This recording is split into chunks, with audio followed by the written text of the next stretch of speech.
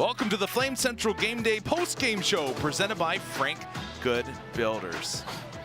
Hey there, friends. Welcome back inside Williams Stadium. A big win for the Liberty Flames today, taking it 38-10 over the ODU Monarchs. And the Monarchs coming to town, known as the big play team. Liberty taking a chapter out of that book. They had some big plays today. Yeah, they really did. They were explosive. First drive of the game, I think a 42-yard touchdown. They had several lengthy runs. This was a good group to watch today. The receivers stepped up when they needed to. Aaron Bedgood once again had a good game. This offense is so fun to watch. It is. And, you know, anytime you have 10 plays of over 10 yards, that's runs or passes, you know you're having some impact on the offensive side. You've got a defense on its heels. And also that means the protection up front. And the blocking in the running game is sound and impactful as well. Yeah, you mentioned, Pat, just before we came on, that Liberty did not allow a sack in this game. Liberty O-line that has to be looking at some awards or recognition when this season is over. What's crazy to me is this team last year at this point, through 9 games, had given up 27 sacks. Wow. Through the same amount of games this year, they've given up 8. So Bill Durkin up front, coaching those big boys, is doing something right. I mean, this is a good group.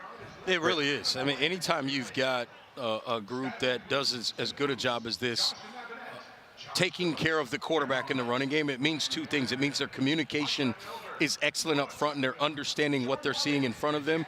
But it also means you've got guys that are making good decisions with the football. Caden Salter knows when to get rid of it and not take sacks by holding the ball too long.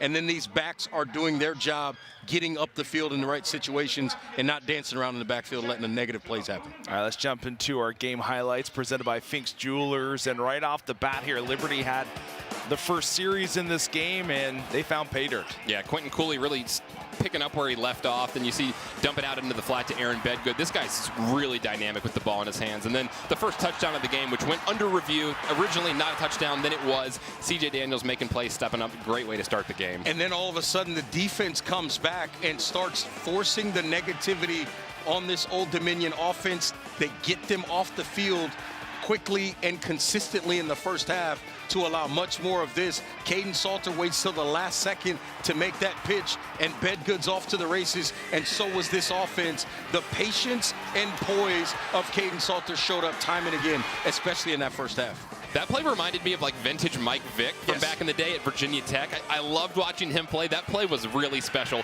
And you just mentioned it, the defense really getting hot, kind of lived in the backfield all day long, giving Grant Wilson a lot of problems throughout the day. You see the interception there with big momentum turn in the first half. Yeah, this is a Liberty D-line. Sacked the quarterback 5 times, 11 tackles for loss. I would say that is mission complete for that unit.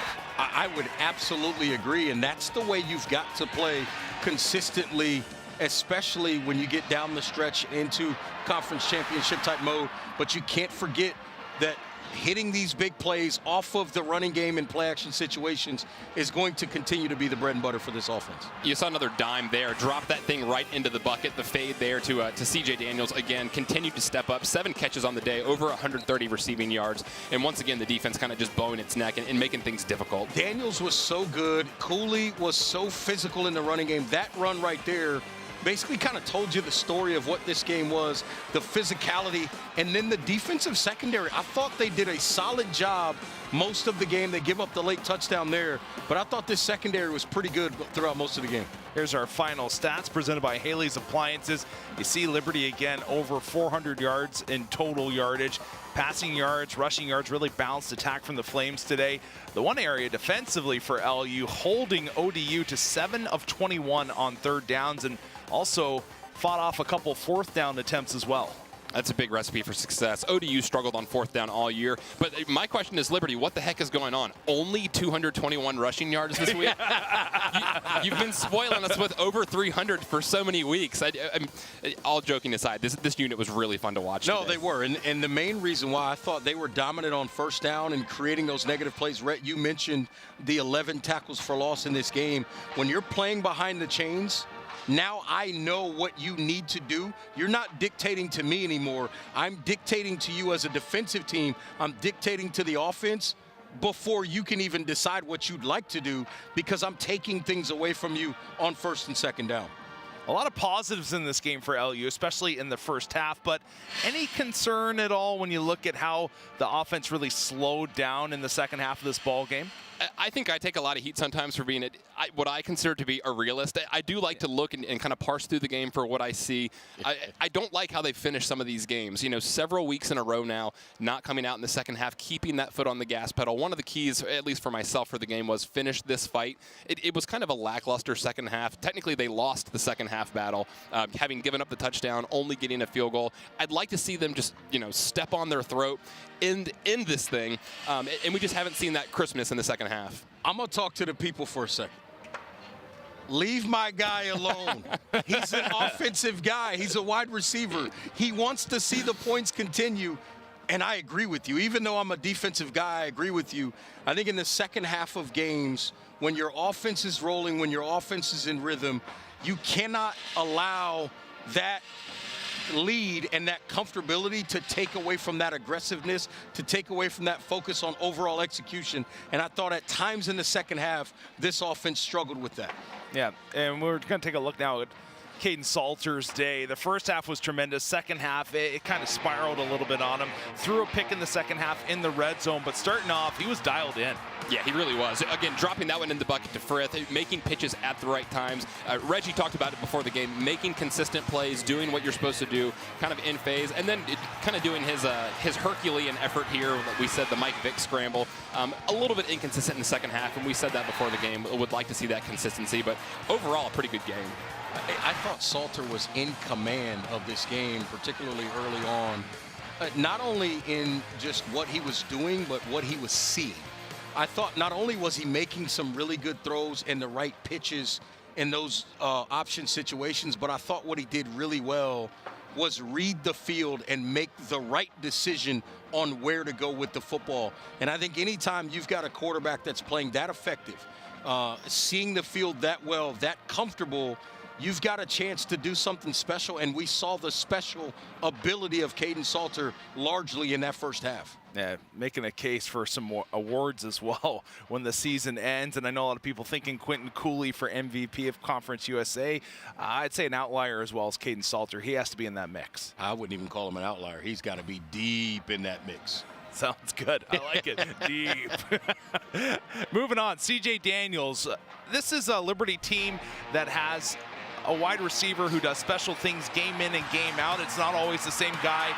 Tonight, it was Daniels' turn.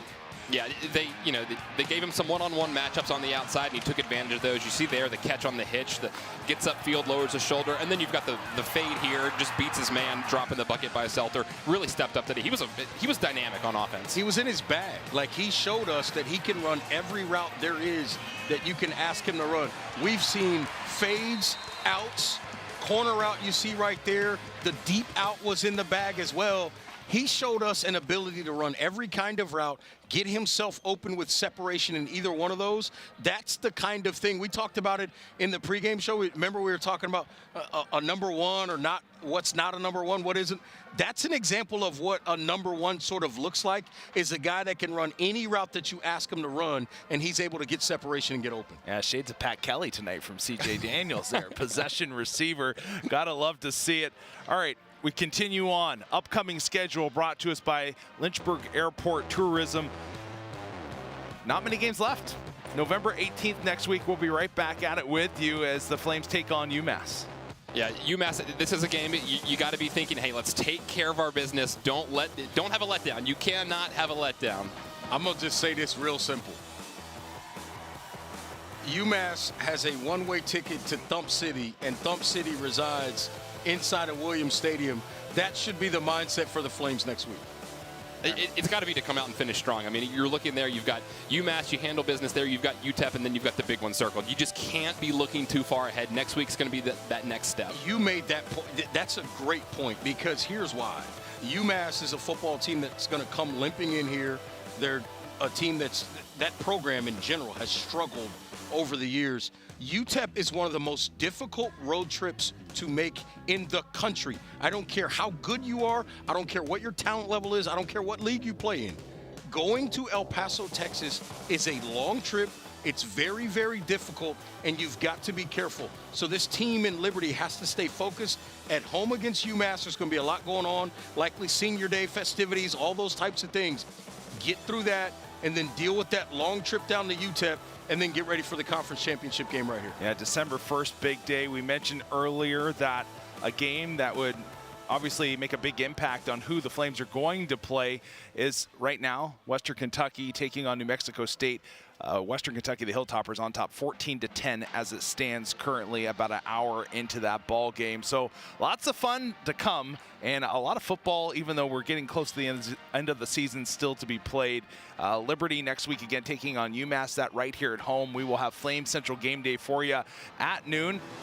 I wish I could tease you on who the player we're going to talk to on field is, but that is yet to be decided. But still, lots of good things to come. Hey, thank you so much for tuning in, everybody. Once again, Liberty Flames win this one by a score of 38-10. We'll see you next week as the Flames take on UMass.